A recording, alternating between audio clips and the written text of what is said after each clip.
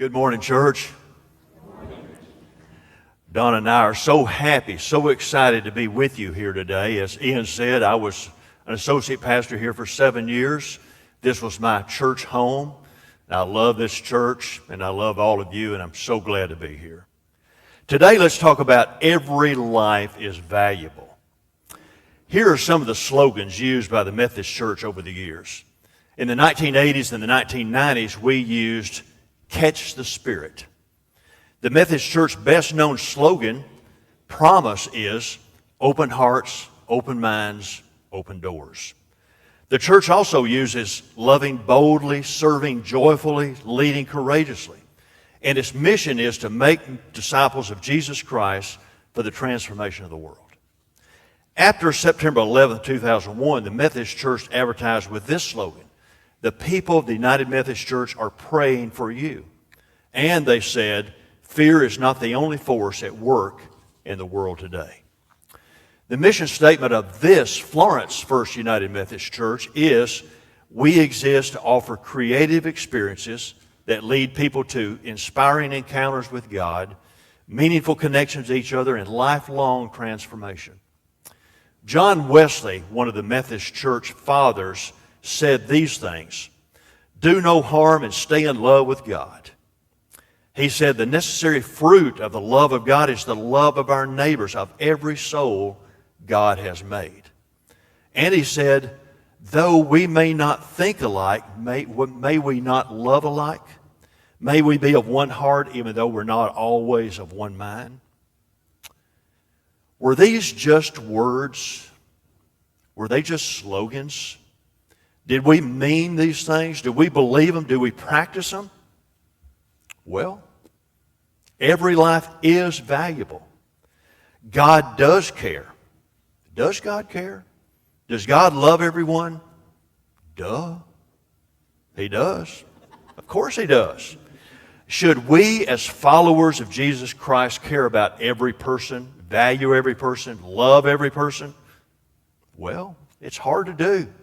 Why is it so hard to love and value everyone? When my oldest child, Wes, who was a very smart child, and now I say he's the smartest man in the world, when he was little, he'd say, "Sit by me while I do my homework." He didn't need help with his homework. He never needed help with his homework, but he wanted me to sit by him. And if he was talking to me and I wasn't paying rapt attention, he would take my head and turn it to face him face to face. Now, when Donna asks me a question at home and I don't respond quickly, she said, "Yes, no, maybe."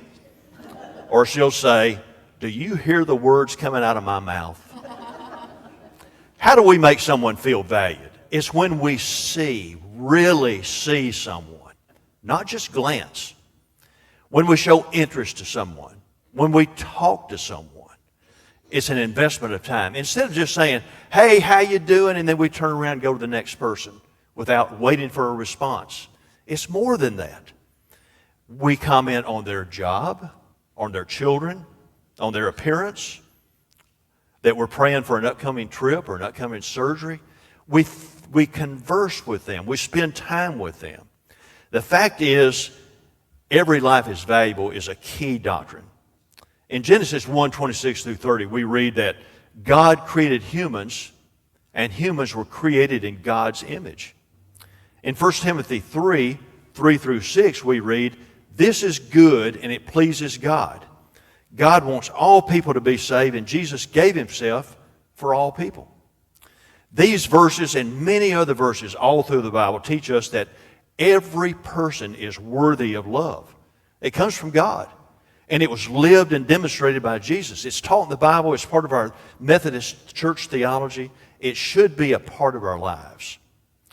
The Gospel of Matthew records two main activities of Jesus: His teaching ministry and His healing ministry. Jesus on earth taught unconditional love, radical forgiveness, and selfless service. And the core message of the Bible and the focus of the life of Jesus was loving God entirely and loving others.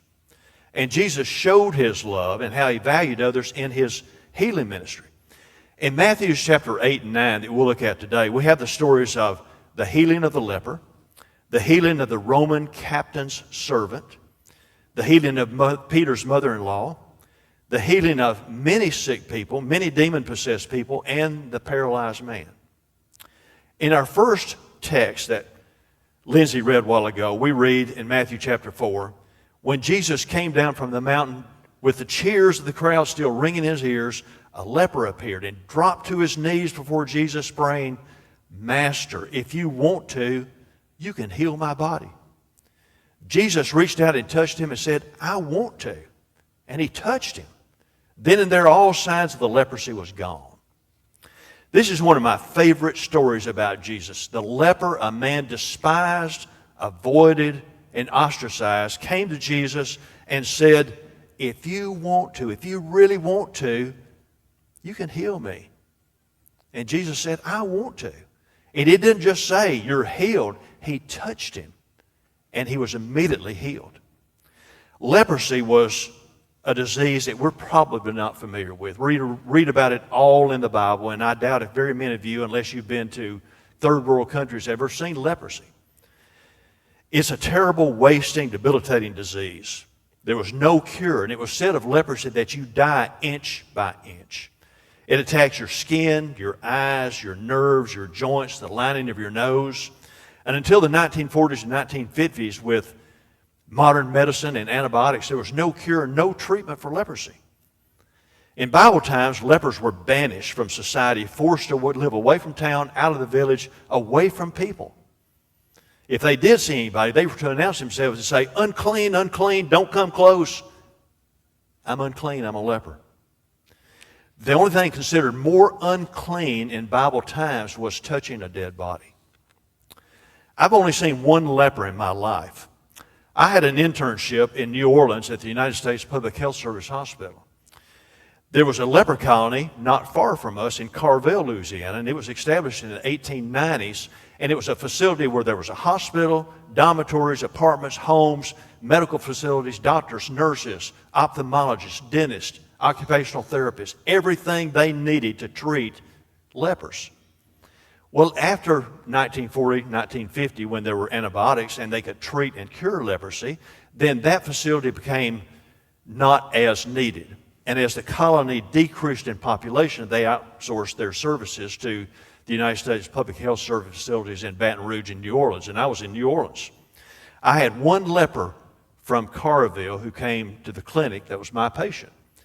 He had lost most of his fingers, most of his toes, most of his ear, most of his nose. He had a few teeth left. So after I saw him and he had some treatment, I went to the lab and made him a toothbrush. I took a toothbrush and used self-cure acrylic, and I made him a toothbrush about that big around that he could hold in his palm and attempt to brush his teeth. In Matthew 8, Jesus was traveling. Evidently, this leper had heard of this man named Jesus who could heal people. And he was waiting for an opportunity when he could get Jesus, if not by himself, at least where there were not a lot of people around. And so he was waiting for that chance to see Jesus. He couldn't associate with other people or be around other people. Well, he saw Jesus traveling. He came to Jesus. He knelt down in respect and submission. He addressed Jesus as Lord, and he said, "Master, if you want to, you can heal me." And as you heard, Jesus said, "I want to." He touched him. He healed him. He was immediately cured. Then we read in verses 5 through 13 about the Gentile Roman army captain.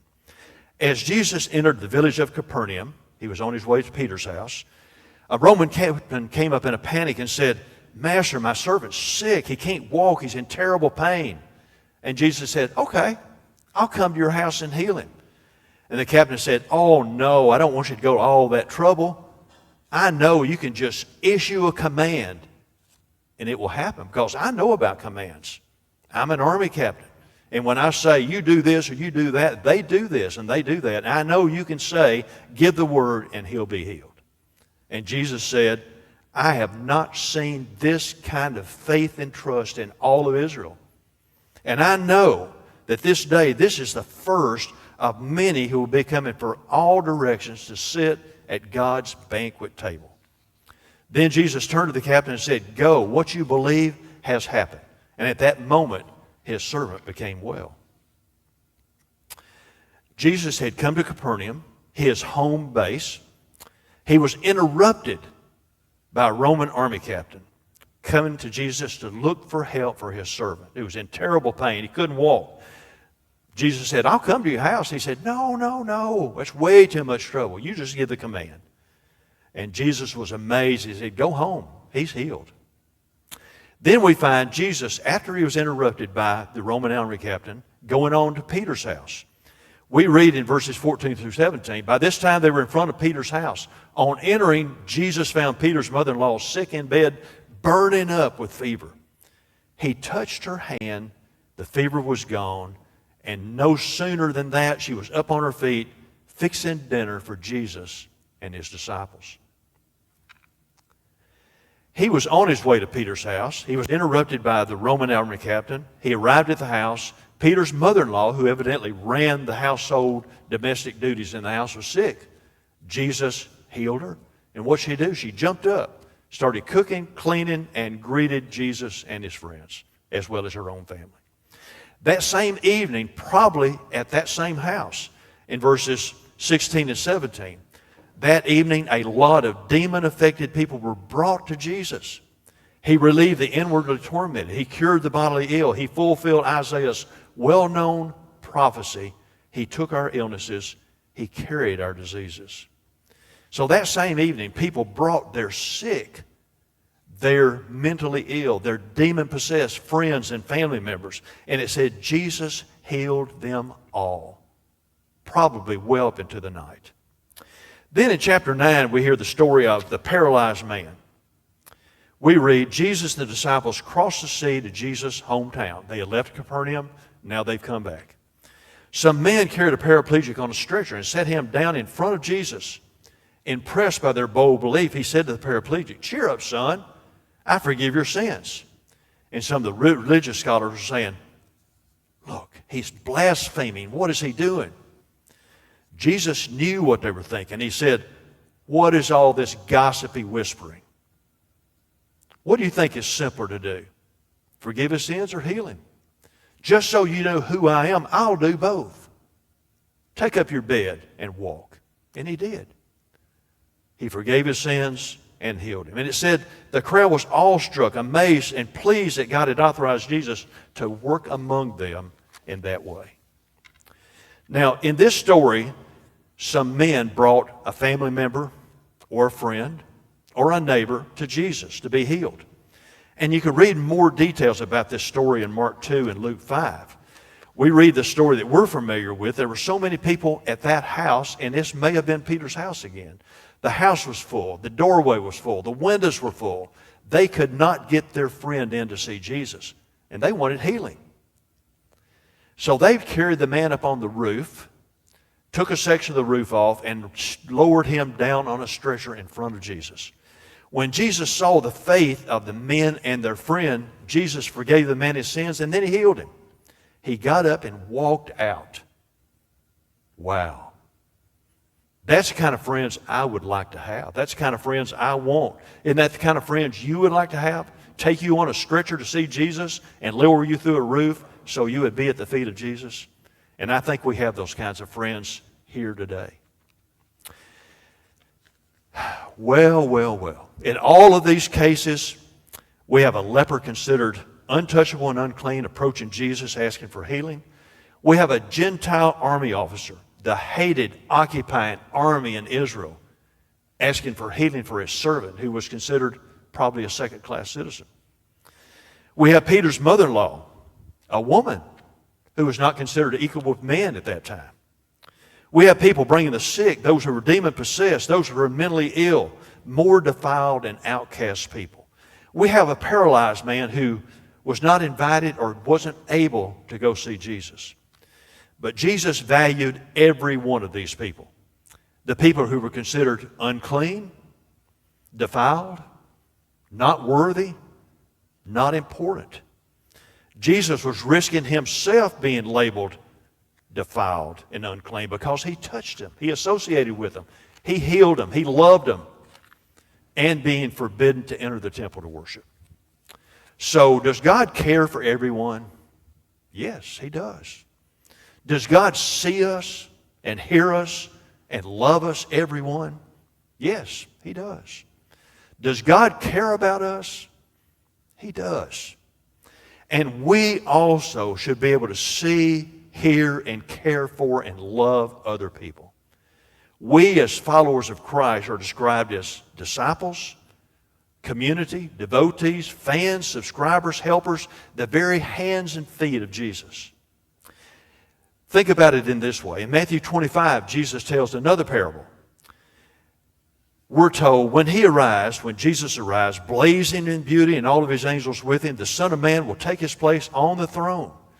Then all the nations, all the people will be arranged before them, and He'll sort the people out.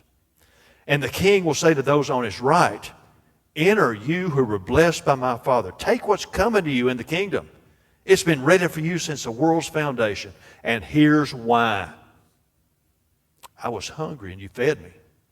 I was thirsty and you gave me a drink. I was homeless, you gave me a room. I was shivering and you gave me clothes. I was sick and you stopped to visit. I was in prison and you came to see me. And they said, Jesus, what are you talking about? When did we ever see you hungry and we gave you something to eat? When did we ever see you thirsty and we gave you something to drink? When did we ever see you sick or in prison and we came to you? And Jesus will say, I'm telling you the truth. Whenever you did one of these things to someone, anyone who was overlooked, ignored, that was me. You did it for me. My daddy used to say, we can't help everybody, but we can help somebody. We can't solve every problem in the world, but we can solve some problems. In Isaiah chapters 40 through 46, some of the verses in that text say these things. God tends His flock like a shepherd. God gathers His lambs in His arms and holds them close to His heart. Do you not know, have you not heard, the Lord is the everlasting God. He gives strength to the weary and power to the weak.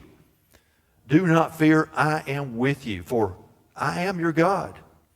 I will strengthen you and help you and hold you up with my righteous hand. I'll take your hand and make you my people. Since you're precious and honored and I love you, don't be afraid, for I am with you. I am, even I, am the one who forgives your sins. In Psalms 23, we read, even when we're in the shadow of the valley of death, God is with us, walking with us. If you have not given your life to Jesus, or not given your life to Jesus completely, you need to do that today, now. You'll never be alone. You'll always be loved. Jesus is a friend that sticks closer than a brother.